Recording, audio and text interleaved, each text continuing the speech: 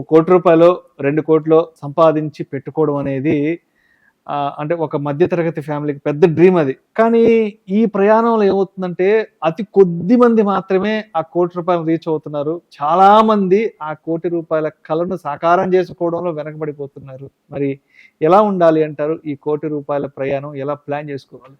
Sir ఇన్వెస్ట్మెంట్స్లో ఎప్పుడైనా సరే మనం ఫ్యామిలీ వైజ్ ఇన్కమ్స్ అనేటివి డిఫరెంట్ ఉంటాయి, ఎక్స్పెన్సెస్ అనేవి కూడా డిఫరెంట్ ఉంటాయి. అందరూ ₹1,00,00,000 కోసము ఎవరైతే ప్లాన్ చేసుకుంటారో అది అందరికీ సాధ్యం కాదు. నిజానికి అవసరం కూడా లేదు కొంతమందికి. కొంతమంది కోటి ఏం అవసరం? ఇప్పుడు 15 సంవత్సరాలు కొంతమందికి కోటి అనేది చాలా పెద్ద అమౌంట్ అవుతుంది. కొంతమంది ఆల్రెడీ ఈ రోజు ₹1,00,00,000 వర్తున్న వాళ్ళే ఉన్నారు. వాళ్ళకు వీళ్ళకి డిఫరెన్స్ అనేది ఎక్కువ ఉంటుంది. అందరూ ఒకటే కోటి గురించి ట్రై చేస్తున్నారు. అయితే ఇన్వెస్ట్మెంట్లు ఈ ఫైనాన్షియల్ ఫ్రీడమ్ కోసం జనరల్ గా అందరూ టార్గెట్ చేసేది, ఈవెన్ మ్యూచువల్ ఫండ్ లో ఈ మధ్యలో బాగా పాపులర్ అయింది ఏంటంటే ఈ ₹1,00,00,000 పోర్ట్ఫోలియో. ఈ 1 crore పోర్ట్ఫోలియో అనేది జర్నీ అందరు రీచ్ కాలేదు.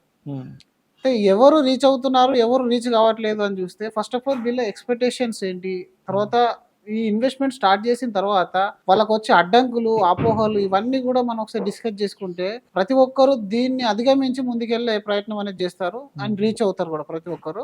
జనరల్ గా అందరు ఏం చేస్తారంటే ఈ ₹1,00,00,000 పోర్ట్ఫోలియో అనగానే ఇప్పుడు 15,000 ఎస్ఐపి చేస్తే 15 సంవత్సరాలు పడుతుందని చెప్పేసి 15% అది 15% సిఆర్ చూడడానికి అద్భుతంగా కనబడుతుంది చూడండి. కాకపోతే మీరు ఒక 2 సంవత్సరాలు 15,000 ఎస్ఐపి చేస్తే అందులో 0% రిటర్న్ వచ్చింది అనుకోండి, will you continue that SIP? 100% continue చేయము. ఎందుకనంటే మార్కెట్ లో ఏదో జరుగుతుంది అన్న భయం ఎప్పటికీ ఉంటుంది.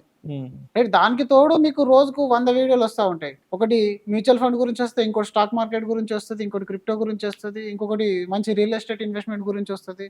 ఫస్ట్ ఆఫ్ ఆల్ మనం డైవర్ట్ అయిపోతాం. మన మైండ్ అనేది ఎప్పుడు కూడా రిజల్ట్ చూడకపోతే ఆగలేదు, రిజల్ట్ లేకుంటే ఏ మైండ్ కూడా యాక్సెప్ట్ చేయదు. సో రిజల్ట్ కళ్ళ ముందు కనబడతా ఉంటే మీరు ఎంకరేజ్ అవుతారు. 10,000 నుంచి పెట్టి ఒక మంచి మార్కెట్ మూవ్మెంట్ లో స్టార్ట్ చేసిన వాళ్ళు 20 చేస్తారు, 30 చేస్తారు. కానీ 2-3 ఇయర్స్ కనుక రిటర్న్ లేదు అంటే ఎవరు కూడా కంటిన్యూ చేయరు ఆ జర్నీని. సో ఇక్కడ చాలా మంది ఏం చేస్తున్నారు అంటే ఈ అన్ని రకాల స్కీమ్ సెలెక్షన్ పైన ఎక్కువ ఫోకస్ చేస్తున్నాం మనం. అండ్ దాని తర్వాత మార్కెట్ని అర్థం చేసుకోవట్లేదు, మార్కెట్ సైకిల్ని అర్థం చేసుకో. మనం ఏం చెప్తాం, 5 to 6 years is good tenure for equity అని చెప్తాం. మరి ఆ 5 to 6 years గుడ్ టెన్యూర్ అని అంటే 5 yearsతో డబుల్ అవుతుందని ఆలోచిస్తున్నావు, కానీ అది 4 yearsలో రాని రిటర్న్ కూడా 5th yearలో మీకు డబుల్ చేస్తుంది.